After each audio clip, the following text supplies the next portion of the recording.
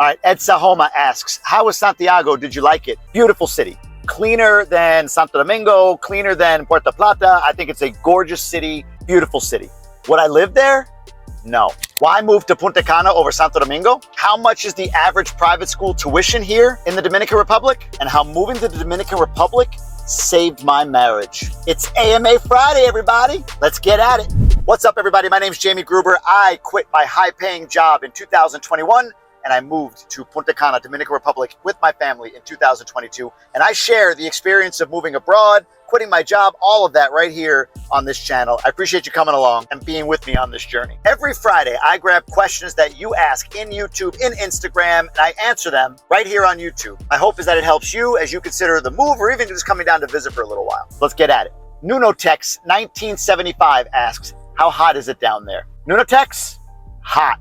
The other day I was looking at weather.com. I think I saved it. I'll throw it up on screen. And it showed like the temperature's like 88 or something like that. But the feels like 105. I think it's like 42 Celsius, something like that. So to answer the question, it's stinking hot as I record this in June 2024. And this is probably the worst time to be here, to be honest with you. It's still an amazing time, but it's the worst time. It's super hot. The sargassum starts to wash up on shore. That's like that dead seaweed that you see in Florida, Mexico, the southern edges of the Dominican. And our house does not have air conditioning in the common area, only in the bedroom. So we try to catch a good breeze going from front to back. Our house is open all the way through, which is great, but boy, is it hot. I mean, can you see me sweating? Maybe a little bit? All right, Ed Sahoma asks, how was Santiago? Did you like it? And Macnology says, will you come back to Santiago? Good to see you, Macnology, when I was there. Santiago is the second largest city in the Dominican Republic. It's sort of central north. It's not on a beach. It's a long way from a beach. A lot of Santiago people are saying, but they're building a highway. We're going to be 30 minutes from there. Still not close to a beach. But it was my first time spending time in Santiago. I've been through it a million times, just never actually stopped and spent time there. And what's really cool, Macnology and others came out for a mixer that I hosted to raise money for a charity locally called Second Mile Missions. In total, we raised $3,200 to put 6 kids through school for an entire year. So thank you to all of you who showed up. Thank you for all of you that supported Second Mile Missions. Here's my take on Santiago. Beautiful city. Cleaner than Santo Domingo, cleaner than Puerto Plata. I think it's a gorgeous city. Really well done. We went to NOAA, we went to KGB, we went to La Porteña for restaurants, those 3. We hosted the mixer at NOAA. We did the monument. We drove around the city. We stayed, I forget where, somewhere in an Airbnb. And Saturday night, we went to the Manny Cruz concert at the Grand Arena de Cibao. Just me and my wife for that one. Beautiful city. Would I live there? No. Not only because of proximity to the beach, but I just didn't get a feeling or a sense of like more of a community vibe there. I know it exists. And if you're from there, I get it, but just not my kind of place to live, at least not from that first visit. Now, will I be back? Absolutely. I want to go back and explore more of the city. I want to go up to Camp David. I hear great things about that. If you've ever been, let me know. Is it good or is it not good? Drop it down in the comments, please. And yeah, I can't wait to just go explore a little bit more of the city. Maybe I'll change my mind. I'll let y'all know as I take more time up there. But here's what I will tell you. Going to Santo Domingo, we went out to dinner. We had pretty much the same exact meal in Santo Domingo that we did the next night in Santiago. The price in Santiago, though, half. Oh, and people ask about traffic all the time. Traffic in Santo Domingo is worse, but coming into Santiago, it was terrible. It took us an hour to go about 6 or 8 kilometers, which is like 5 or 6 miles, 4 or 5 miles for that matter. There is construction. Oh, this guy's gonna hit me. You gonna hit me? Don't hit me. Don't you hit me. This guy's gonna hit me. Look at this. This is Dominican driving at its best. It took us a long time. I think it was because of they're building the monorail, I think, right there. Like as you enter the city, they're doing all this construction, but still, traffic wasn't great. Inside the city, the traffic was way better than Santo Domingo. But again, beautiful city. I'll visit again. Not gonna move there though. All right, moving on. Travel Chick asks, is there a Whole Foods type store in Punta Cana? Let's go take a look. All right, so this place is called Nacional. I don't know if it's actually a Whole Foods, but it's similar. And I always feel awkward walking around and talking, but I'm just gonna do it. So this Nacional, I'll bring you inside, show you around. Not a ton of organic. I think it's mixed in with everything, but food here just tends to taste more fresh and better. But I'll show you the store. You can take a look at it and we'll see inside. But Nacional's right in Punta Cana, right near Punta Cana Village, right by the airport. And it's the closest thing I would say to Whole Foods. Let's go look.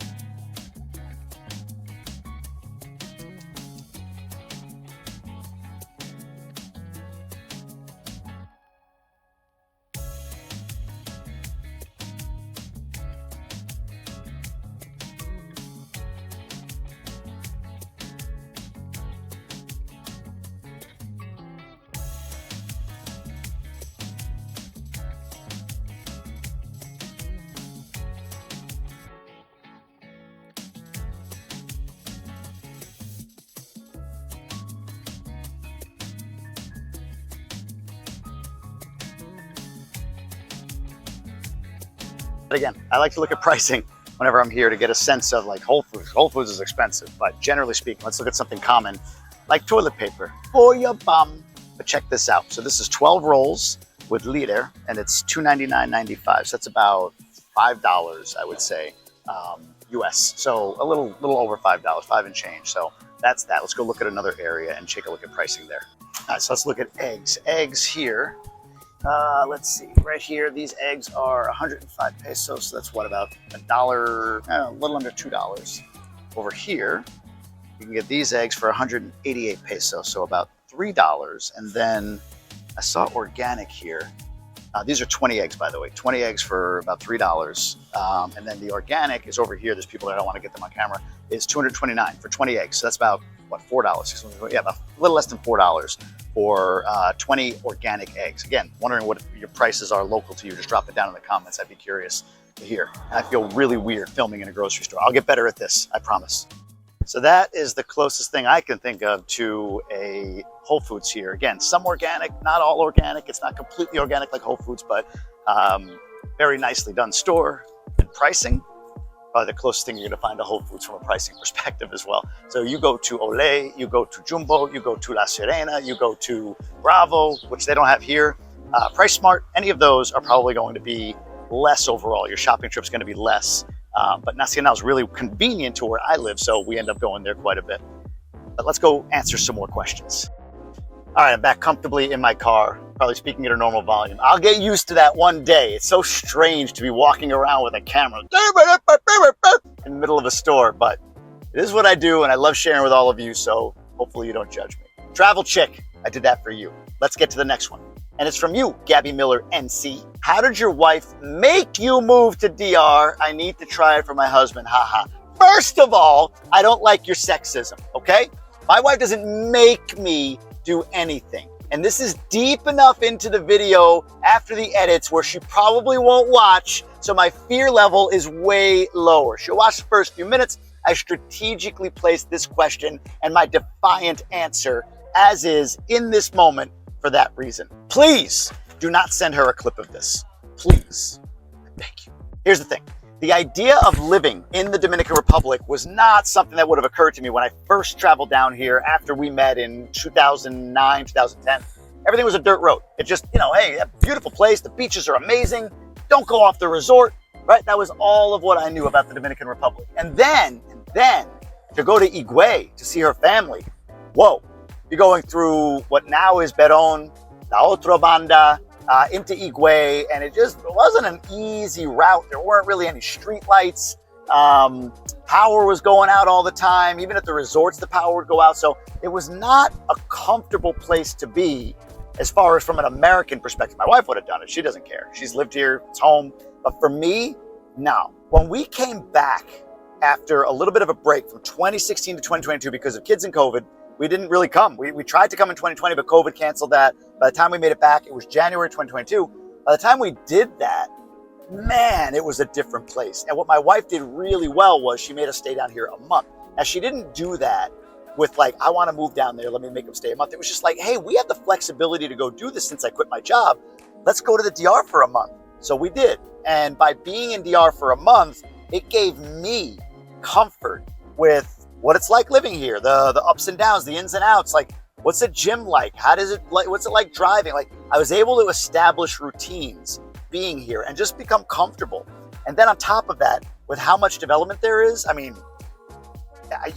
it's easy to see. I get so many comments from people. If your husband hasn't spent significant time out here, like 2+ weeks, then I would bring him down, get an Airbnb, someplace that he feels is safe, have him rent a car, go to the gym, go to the grocery store, like just act as if you're normally living. Like, don't go out to all the restaurants other than once or twice a week or whatever, because you're on a vacation. Like, eat in, dine in, get a cleaning lady. Oh, your Airbnb host, if you do that, can provide you with a cleaning lady. Have them there 5 days a week, pay for it.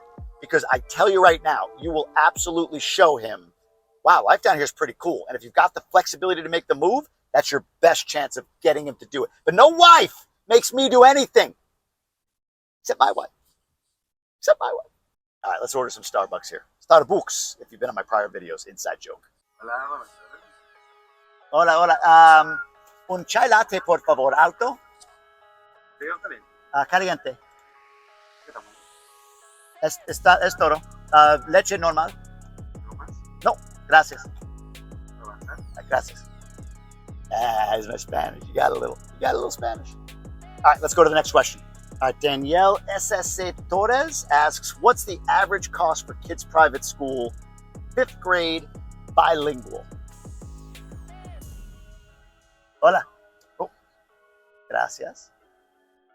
All right, I almost spilled my chai latte all over myself. Hold on, everybody. All right, we got it. All right, so to answer this, I would say, one, I've done a whole video on this. Maybe I'll link it at the end, or I'll at least drop it down in the comments or in the caption for you on cost of education, all the schools in Punta Cana specifically. So I'll give that to you, Danielle. But generally speaking, and I believe that most can confirm this in Santiago, Santo Domingo, Puerto Plata, Sosua, other parts of the country, for a bilingual school for one kid, you could probably, gracias. You could probably plan on spending somewhere between $7,000 to $8,000 per kid. Now we have 2 kids. Our school would be, probably about 18,000, almost 9,000 a kid, but we get a discount for the second kid. So it's like, it ended up being like 16,000 and change. So we pay about 8,000 per kid for our private school here in Punta Cana. And there's a couple of other schools that are competitors, if you will, or other schools like ours, not even like ours is a little unique, but other schools in the area that you can also spend about that amount. Now, you go to a heritage school.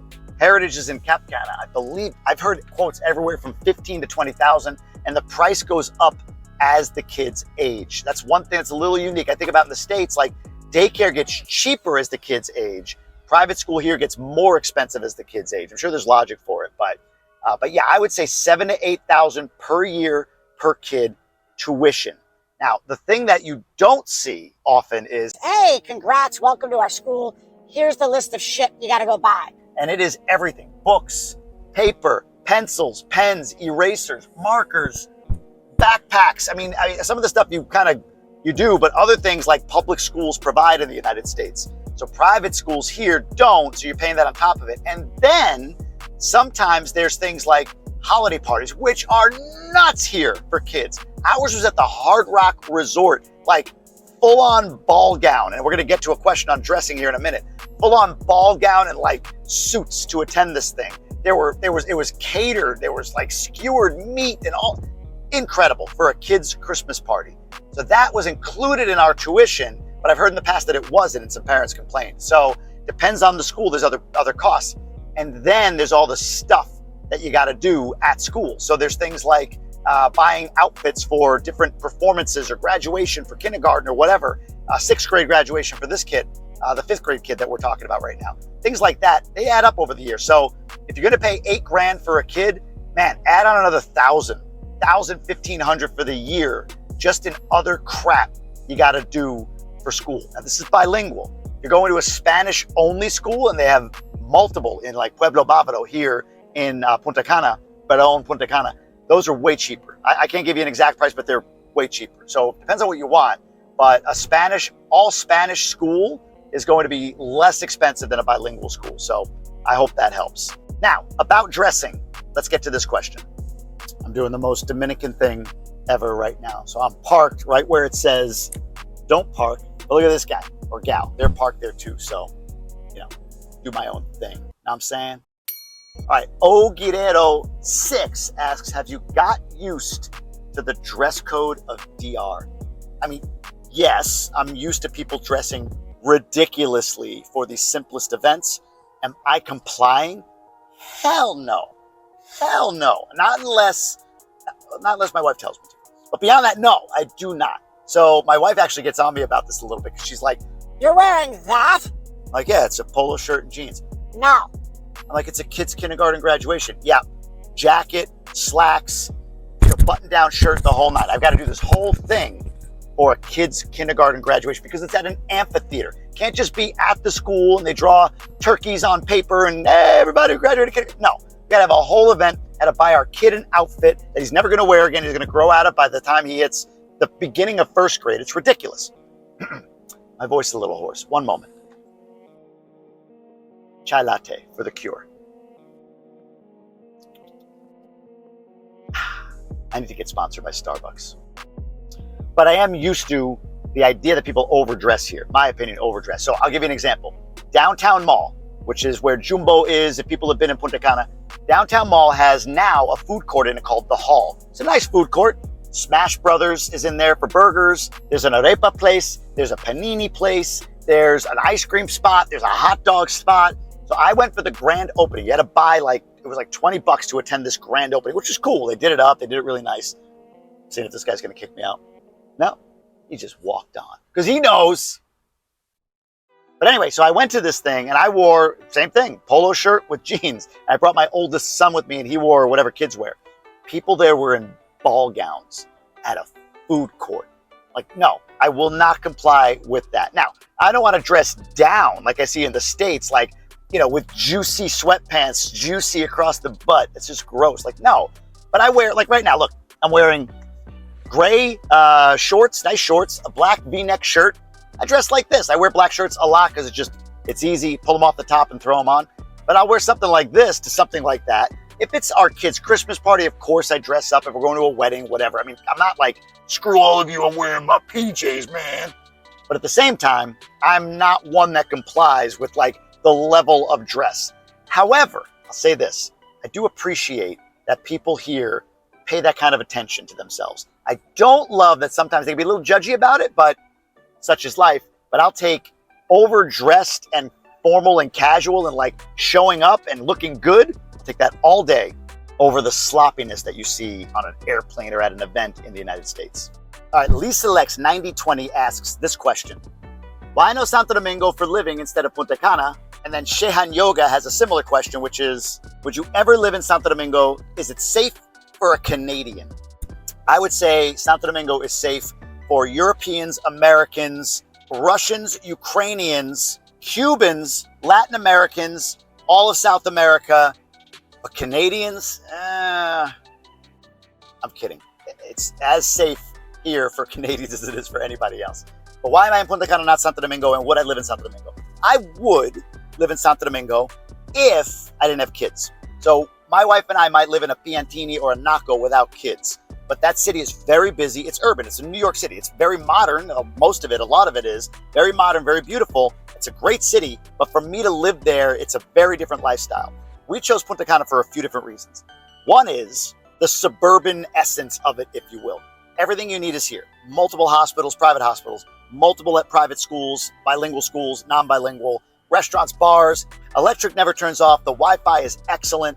Like there is almost no change moving from the US to here. The only change is it's actually better. Weather's better, the culture's better. No one's shooting me from a top of a building or breaking into my kid's school to do that. But from a standpoint of all the things people get weird about, like, God, I can't lose power and this, that, and the other. that's just not the case in Punta Cana. Like, you gotta come back and visit. You gotta come back and see it. Even if you were here 2 years ago, it's a different world. Other thing for me is Punta Cana Airport has about, I think, like 2,100 flights a day. Santo Domingo's airport isn't much smaller, but it is smaller. It's probably like 300 or 400 fewer flights. Per month. 300 or 400 fewer flights per month. And for me, who travels enough, having one, the airport, and two, it being right over there behind me, across the street, I could walk to it. Friends of mine walk to it from our neighborhood. Highly, highly desirable for us. Makes it way easier back and forth for the amount of travel that I do. Punta Cana is the least shocking move an American can make. And when I say American, most people follow me are Dominican American. So you who's lived in the United States, like my wife has almost her whole life from the age of 12 all the way up to 39, save for 1 year that she came back and worked teaching English in La Romana in 2007. Other than that, she's been in the US. That's her culture. That's what she's used to. She's used to the structure there. She's used to how it goes. So the least challenging transition is by far Punta Cana. I'll fight people on that one. That is absolutely true. If you're going to do Santo Domingo, there's neighborhoods there that are great transitions, but it's a busy ass city. So if you want city, absolutely Santo Domingo. If you're looking for more suburban and like the least shocking transition from the US to the Dominican Republic, all day it's Punta Cana. All right, this next one, I'm going to share a video to prove maybe I do. It's from Rosita Munoz 41, and she asks, do you dance típico yet? I had to Google this because I didn't know what típico was, and my wife's not around to ask her. So I think that's merengue. And if it is, check this out at the Many Cruz concert. I mean, you tell me if I do or don't, but I did that at the mcuh concert with my wife after about 7 or 8 drinks. But I do know how to dance merengue. Not well, but I know how to. I know how to dance bachata, and I do know how to dance salsa as well. Again, not claiming to be an expert, not even good at any of them, but I know at least how to do it. Kind of like how a person knows how to hammer a nail doesn't mean they're great at it, but I have knowledge. So there you go. All right, I got 2 questions on the impact to my marriage of moving to the Dominican. I love this question. The first one is from my single favorite handle on all of Instagram, talking about solo pook. You know who you are. Their question, has living in DR gotten you guys closer and able to spend more time together? And Genrod0423 asks, how did moving to DR change or impact your relationship as a couple? Love this question, love these questions, and let's dive in as I drive to pick up my kids from school. Oh, don't do it, don't do it, don't do it. Now they're doing it. All right, so here's the deal. I'll answer the question to start with a question. What are the things you fight about, right? Typically, it's gonna be maybe money, although we haven't really fought about money. We've been lucky in that regard. Not like got a ton, but like we're just sort of, we don't stress too much about it. I do more than she does, so maybe that's why we don't fight about it. But we don't really fight about money. But a lot of other things that you fight about are like all the things that you do day to day. Like, did he take the garbage out? Did she do this? We got to clean the house. Oh, can you do the dishes? I don't feel like doing the dishes. All of those things. The laundry, we got to get laundry done. Babe, where's my shirt? Do your own laundry. All those things are what couples fight about. What you can afford to do here is take all of that, all of those day to day, all the things that create Instagram reels like, This is me showing my husband I'm frustrated that he didn't put a bag back in the garbage can. maybe we can flash one up if I can find that reel. I don't know if we can though, so no promises. But all of those go away. And then the person that helps us with all of that, or does that for all of us, our laundry, our cooking, our cleaning, all of it, also babysits our kids. And all of that, every bit of it in a month, and for an entire month, is $500 US. So if you can imagine a world where for $500 US, you don't need to cook, clean, do any laundry, and your babysitting is taken care of every week, $500 a month. That's the beauty of what being down here is. Like, look, the weather's amazing, it's paradise, all of that. But honestly, one of the biggest perks of living here is the low cost of labor. Now, some might get offended by that. I don't care. Stop subscribing, stop following, go away. It is what it is. In fact, most people are telling us like, you're resetting the market, you're paying way too much. Like, I don't care about you either. I'm paying what I pay because I think it's fair and it's within the range of what the market offers, and we love our lady. We do other things for her. There's other perks we give and all of that stuff. But for 500 and change a month, we're able to not do any of the stuff that you typically argue over. And we've got a built-in date night every Wednesday or Thursday night that we can go out and do. It's all done. If we need help with the kids, it's all done. When we do birthday parties, imagine taking your kids to like a trampoline park or whatever. My wife, I joke with her, like, you have a personal assistant with Isabel. Isabel comes along. We pay her extra for the weekend, for the whatever, the day, Saturday, whatever the party is, to come and set up and put all the plates out. Like, it is ridiculously nice. So the ability to not have those battles, not have those discussions, 100% makes our relationship better. To add on to that, in the video last week, I did an AMA with my wife. She talked about how being a mom here versus being a mom in the States has way less stress involved. Like, you're not worried about other moms judging you for not being in enough activities, or almost like this competitive thing that happens in the States. Like, oh, is your son in this? My son does this, my son does this, my son does that. That's gone here. The women, my wife and her friends, other moms here, they just talk. They have great conversations. No one's getting offended. And I have the same thing exactly with dads in my group here, in the dads at the school and everything else. Like, it's just easy to interact with people here. So that as well reduces the stress in our marriage. Now, is my wife still crazy? Yeah, she's Dominican, but being here makes her less crazy. By now, I guarantee she's not watching. At least I hope you're not. I love you, baby. I love you. But that's what I would say are 2 aspects that make our marriage even stronger. We talked about education. I'll drop that video here for you. Just click on it. You can go in and see all the stuff you need to know about schools and everything else down here. And hey, be sure to subscribe. I would love to have you as a subscriber on my channel. I appreciate you all watching and following this journey.